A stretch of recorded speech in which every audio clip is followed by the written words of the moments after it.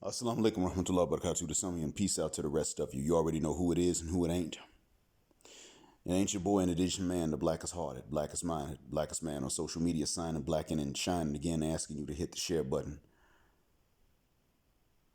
Get a flashlight because you're going to need it to find that share button with me on the screen.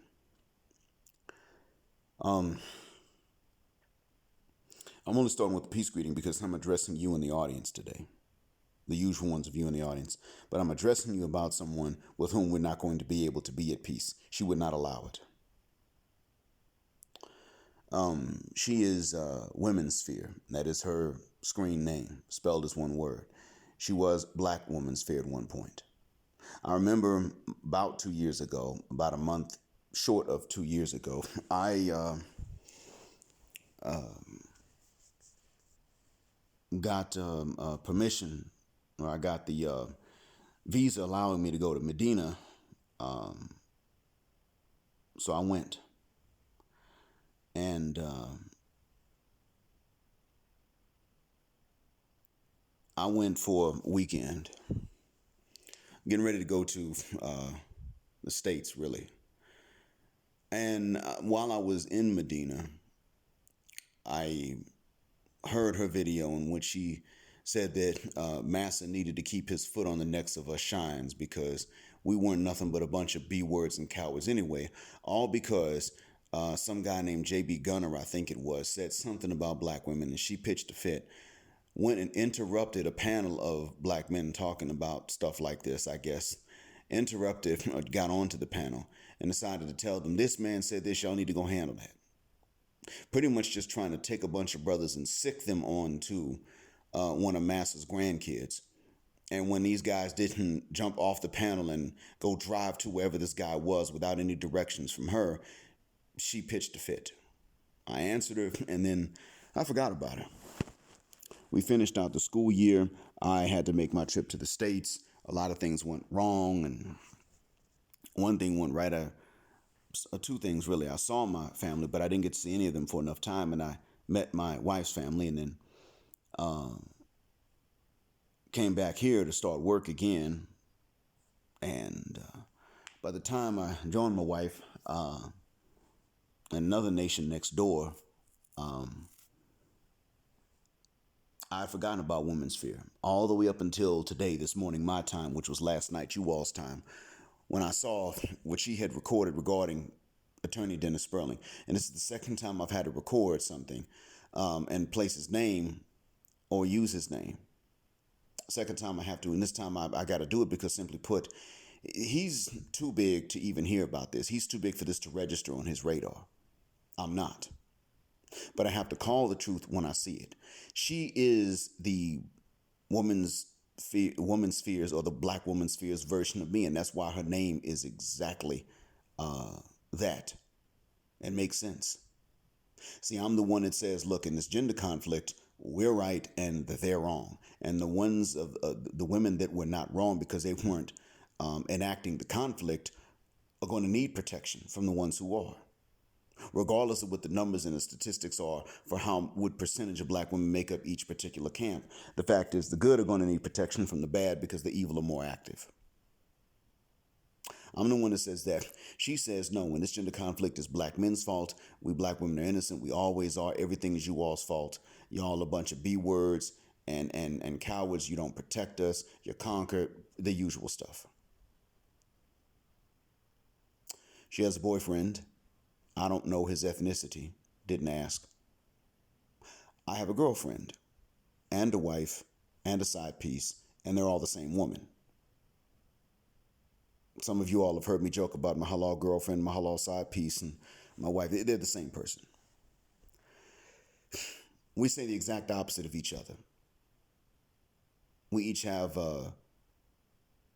each of us pretty much is pointing the finger at the other saying, no, we need to heal because you screwed up. I don't blame her for what the women did in that book, Daughters of the Trade. I don't blame her at all. But what I want you all to understand is that I'm one-sided in one direction. She's one-sided in the other. And I'll tell you I'm the one that's right and she's the one that's wrong. But let me explain something to you. If you all go to that video, which was uploaded about a month ago by her regarding Attorney Spurling, you're going to hear several things. Number one, she says you should be disbarred, meaning Attorney Spurling should be disbarred for being a member of a hate group, and that he should not be allowed to go and file suits against anybody that says things about black men. She is pretty much saying it's a fair fight as long as I'm allowed to fight and you're not. That's what she's saying.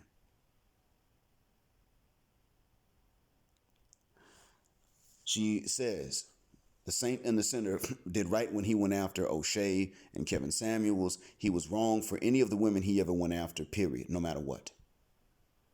I don't particularly like the saint and the sinner. Not at all. I wasn't angry when he went after Kevin Samuels. At that point, Kevin was very one-sided himself, going in telling men certain things that we may have needed to know and didn't need to know, but telling us as though we should have already somehow figured it out, like we weren't lied to. And he had a very elitist tone. Then, but there's the way Satan the Sinner goes in really just on black folks in general. He's very right-wing and conservative and stop with the victim mentality. Man, F that, we're victims. So it's actually, I'm happy to see her and the Satan the Sinner go at each other's necks. But one thing she said was, I like to see men fighting with each other for their positions. She admits to being, pardon my French, there's no better way to say it, she admits to being a hybristophilic bitch. I don't like to have to call anybody that. But she didn't even use the terms compete. She didn't use any nonviolent terms to express and explain what she wants to see men do. It was always at each other's throats and cutting each other's heads off and this sort of thing. She pretty much likes the idea of being the prize in a tournament mating championship. They fight with each other, and the last one left standing covered in his enemy's blood is the one she'll sit back and deem worthy enough to fuck her. She admitted, even though she's got a boyfriend and I don't know anything about him and I'm not passing judgment on him one way or another, whatever his ethnicity is, she still wants to be some sort of prize that is to be won with violence. She wants men to die for her vagina. And I don't think that's very civilized of any woman of any race to want.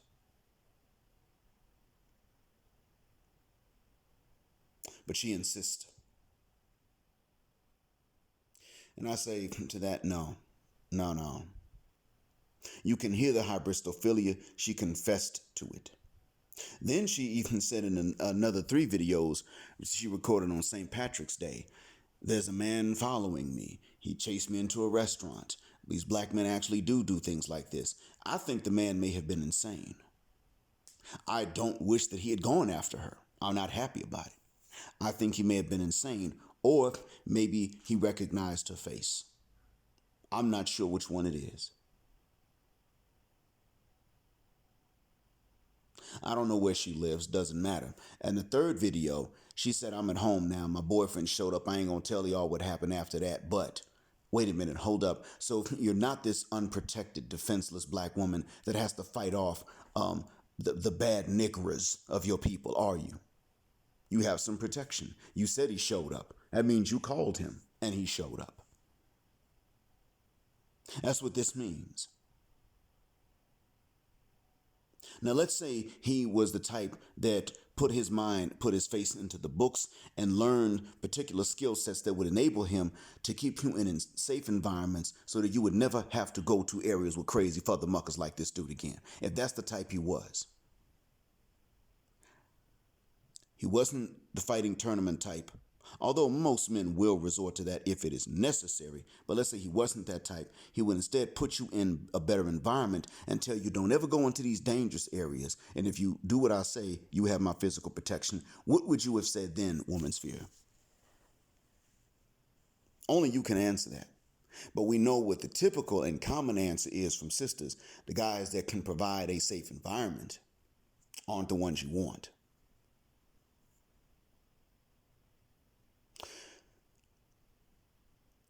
Womensphere admitted, you want Dennis Spurling to have his hands tied behind his back while you can go and sue him for exonerating, not for anything he said that's wrong, because he's not out here bashing black women as a whole.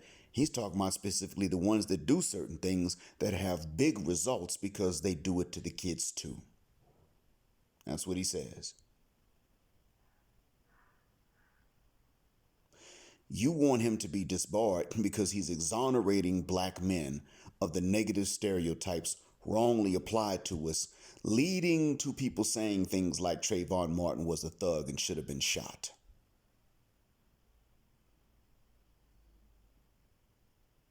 What you want, you are the quintessential example of what Angry Man talked about. You're the hybristophilic, stereotypical sapphire that wants to see black men storm the fortresses of white supremacy and get killed in an attempt to get the wealth of it so that you'd be the one left standing to inherit it. Failing to understand that all that would do would be, all that would happen was that we get wiped out, and then you'd be treated even worse because we'd all be dead. That's all that matters. So, last thing I'm going to say to you in front of the audience, the usual audience, is after we've established that you're hybristophilic, we've established that you actually don't believe in fighting fair, that you want an attorney to be disbarred because he tries to exonerate the innocent of false stereotypes and charges and accusations, which lead to them getting shot more often by police and even getting shot more often by each other. We've established this. So now the question I have to ask you is going to sound very familiar, but once I ask the question, you'll know why. And the two things I have to tell, well, the one thing really that I have to tell you after that, after I say it, you're going to understand why. It's going to sound very familiar. The question and then the declaration are both going to sound very familiar, but I have to ask you, and I've got to tell you. I don't have a choice. This is mostly for your own internal reflection. But who hurt you? Are you just bitter and just mad because you didn't find who you wanted? What you wanted? Do you even prefer men? Do you hate black men? I mean, wasn't your dad black? So do you suffer from self-hatred? What's the deal? You see how familiar these tropes sound to you? See how infuriated you are now? And by the way, you were very emotional in your recording. You see how these tropes sound familiar and how infuriating they are to you? There's a reason for that. So anyway, you go ahead and figure out the answers to those and lay off of the attorney, because frankly, there's some other people that are even more academic than him, specifically with regard to this subject. And you don't understand. You think you're going to get him disbarred. In actuality, what's going to wind up happening is you're not going to get him disbarred. You're going to have to make up something to try to get him disbarred. And if he can prove that you just made it up without any reasonable or probable cause to even believe it yourself, then he can turn around and have you working to pay off a judgment for libel or slander. And you're going to become an example. Because it won't just be him. You're going to have Dr. Tiasan Johnson. You're going to have BGS Ipmore dragging your behind. But you're also going to have the academics, more academic even than him, Dr. Tiasan Johnson, Ronald Neal, the Green Gorilla, the G with a PhD.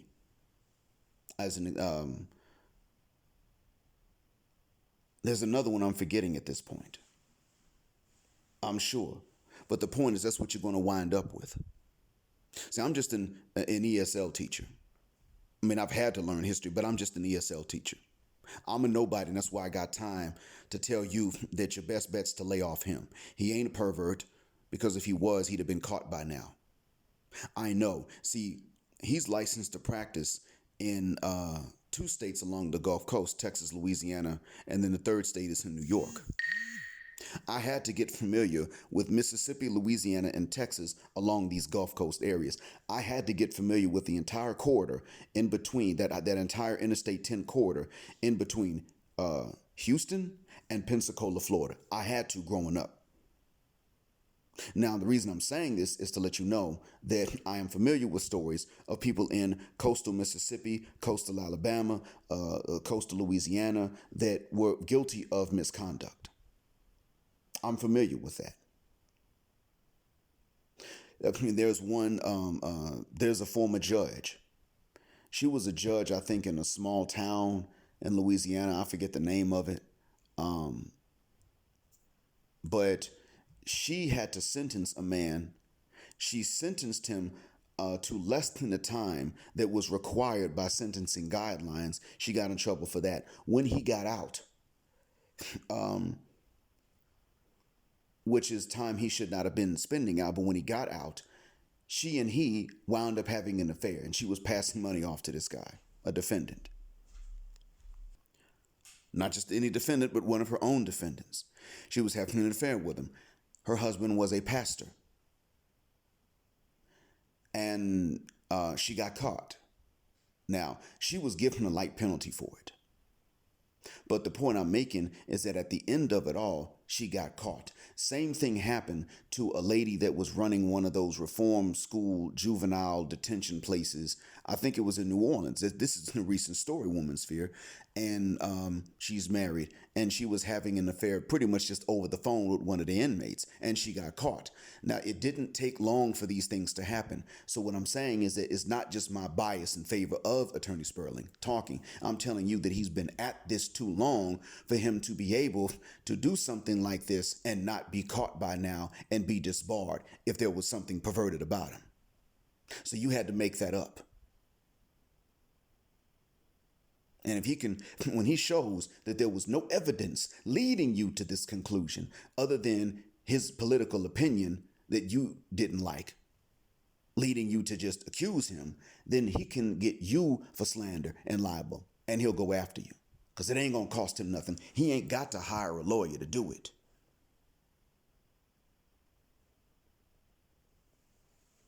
He could easily get a type of provisional license allowing him to represent himself in another state, not having to pay an attorney if he doesn't want to, while you got to get an attorney.